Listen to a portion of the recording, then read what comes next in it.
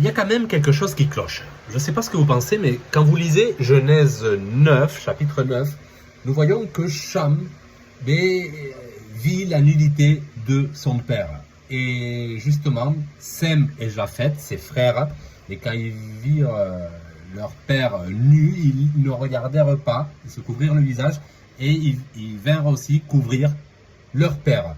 Moi, ça me rappelle, je ne sais pas ce que vous pensez, mais moi, ça me rappelle le voile du temple que Jésus, après sa mort, déchira. Bon, certains diront non, c'était pas Jésus, mais bon, le voile se déchira à la mort de Jésus, comme si le Saint des Saints, la partie la plus intime du temple, elle était dévoilée au grand public. Et il nous est dit dans la Bible aussi que le temple de Dieu, c'est nous, c'est notre corps. Donc la partie la plus intime de notre corps, ce sont justement nos parties intimes. Le Saint des Saints, c'est la source de vie justement qui vient de là. Mais là, elle est découverte.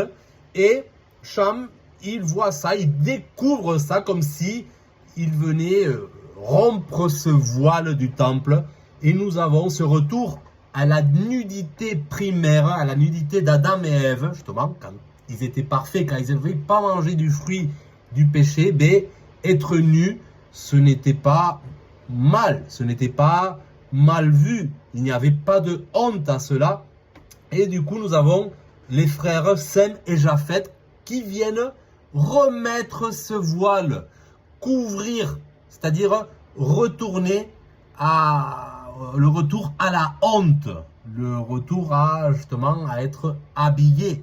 Et du coup, je me dis, Cham est vraiment le méchant dans l'histoire? Attention, je ne veux pas dire que maintenant c'est Sem et Japheth les méchants.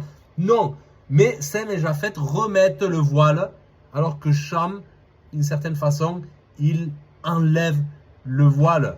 Il faut savoir que pour l'humanité, nous sommes le seul animal, si on peut nous appeler animaux, voilà, qui est habillé, qui s'habille. Et le passage d'être un être nu à être un être habillé, c'est quand même marquant pour une espèce. Je veux dire que on s'est mis un voile, on s'est couvert. Et là, la Bible ne nous incite pas des fois à nous découvrir. Cela ne veut pas dire que faut pas tomber dans l'impudicité. Mais voilà, je cherche une réflexion symbolique, une réflexion qui puisse vous servir au jour le jour. Ne me malinterprétez pas. Moi, j'ouvre juste une porte à vous d'explorer ou pas. Ah voilà. À bientôt les amis.